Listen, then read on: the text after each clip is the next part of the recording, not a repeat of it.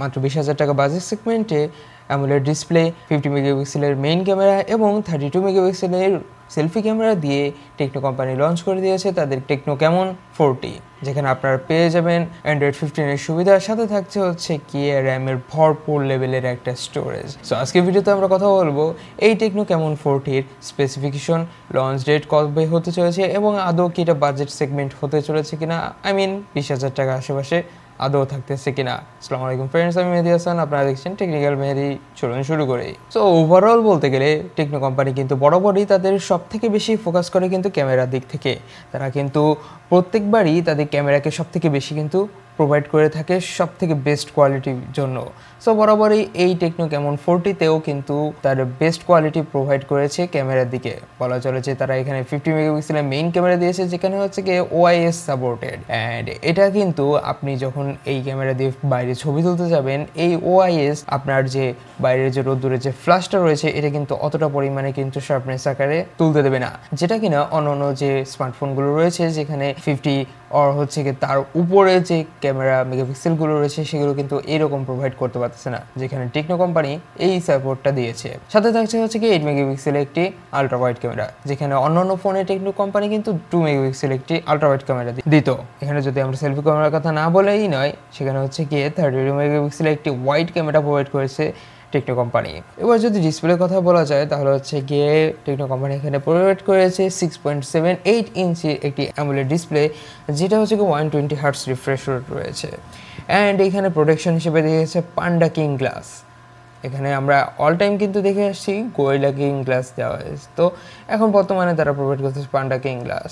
And HDR supported image তো রয়েছে। যদি আমরা এখানে পারফরমেন্স সেকশনে চলে আসি তাহলে হচ্ছে অপারেটিং সিস্টেম হিসেবে এখানে দেওয়া হয়েছে অ্যান্ড্রয়েড 15 এবং তাদের পার্সোনাল যেটা iOS 15। চিপসেট হিসেবে এখানে দেওয়া আছে MediaTek Helio G100 unlimited 6 nanometre একটি অক্টাকোর প্রসেসর। অ্যান্ড জিপিইউ সেকশনে দেওয়া হয়েছে মালি G57MC2। বলা চলে যে এই যে জিপিইউটা প্রোভাইড করেছে এটা বলা চলে অনেকটা পরিমাণে ব্যাকডেটেড, বাট তাও এখানে কিন্তু তারা যেহেতু ক্যামেরার দিকে কিন্তু ভালো লেভেলের একটা ফোকাস পয়েন্ট রয়েছে, তো সেক্ষেত্রে পারফরমেন্স সেকশনে আমরা অ্যাজ এক্সপেক্টেড এখানে গ্রাফিক্সটা নিয়ে আমরা সবথেকে বেশি কনফিউজড রয়েছি। যে মালি G57MC2 হচ্ছে গিয়ে অনেক পুরাতন একটি জিপিইউ প্রসেসর।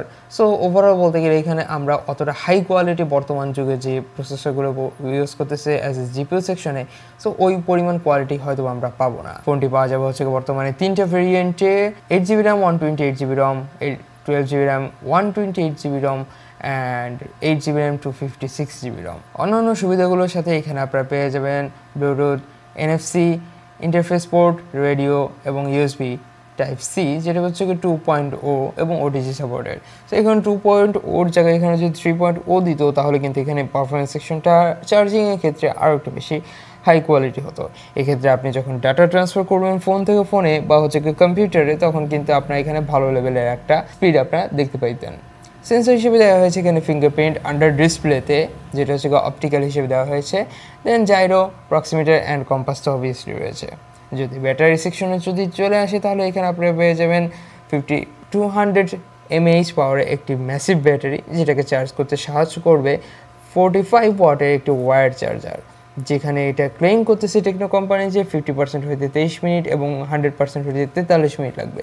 সো এক্ষেত্রে আমার একটা কোয়েশ্চেন রয়েছে, যেখানে আপনারা এত পরিমাণে হাই কনফিগারেশন আপনারা প্রোভাইড করতেছেন এই ফোনটাতে, তাহলে সেক্ষেত্রে আপনারা এখানে 30 ওয়াটের একটা ফাস্ট চার্জার প্রোভাইড করলে আই থিঙ্ক 50% হয়তো বা এখানে আরও একটু লেস চলে এসে অ্যান্ড 100% হয়তো বা 30 মিনিটস আর 35 মিনিটসের মতো হয়ে করলে কিন্তু সব থেকে বেশি ভালো লাগতো। সো ওভারঅল বলতে গেলে এই ফোনটা আমার কাছে সব থেকে বেশি পারফেক্ট লেগেছে ওভারঅল দিক থেকে। আপনারা যদি ডে টু ডে লাইফে নর্মাল ইউজের জন্য আপনি যদি নিতে চান সেক্ষেত্রে আপনি নিতে পারেন, এবং টুকটাক গেমিংয়ে করার কথা যদি বলে থাকি তাহলে কিন্তু এখানে আপনারা মোটামুটি একটা গেমিং পারফরমেন্স আপনারা কিন্তু দেখতে পাবেন। সো বলা যায় এই ফোনটার বর্তমানে প্রাইস সেগমেন্ট কত কি থাকতে পারবে। টেকনো ক্যামন 40 হয়তো বা বাইরের দেশে বর্তমানে এটা প্রাইস 20K এর আশেপাশে থাকতে পারে। সো এই ক্ষেত্রে বাংলাদেশে ভ্যাট ট্যাক্স দিয়ে এই ফোনটার প্রাইস হয়তো বা 25-এ আমরা আশেপাশে দেখতে পারবো। সো ওভারঅল বলতে গেলে 20K এর মধ্যে বা 25-এর মধ্যে আপনারা কিন্তু এই ফোনটা বেস্ট হতে পারে যদি ডে টু ডে লাইফের জন্য আপনারা নিতে চান। ভিডিওটি ভালো লাগলে লাইক, শেয়ার এবং চ্যানেলটিকে সাবস্ক্রাইব করে পাশে থেকে বেল আইকনটি এনেবল করে দেবেন। আসসালামু আলাইকুম ওয়া রাহমাতুল্লাহি ওয়া বারাকাতুহু।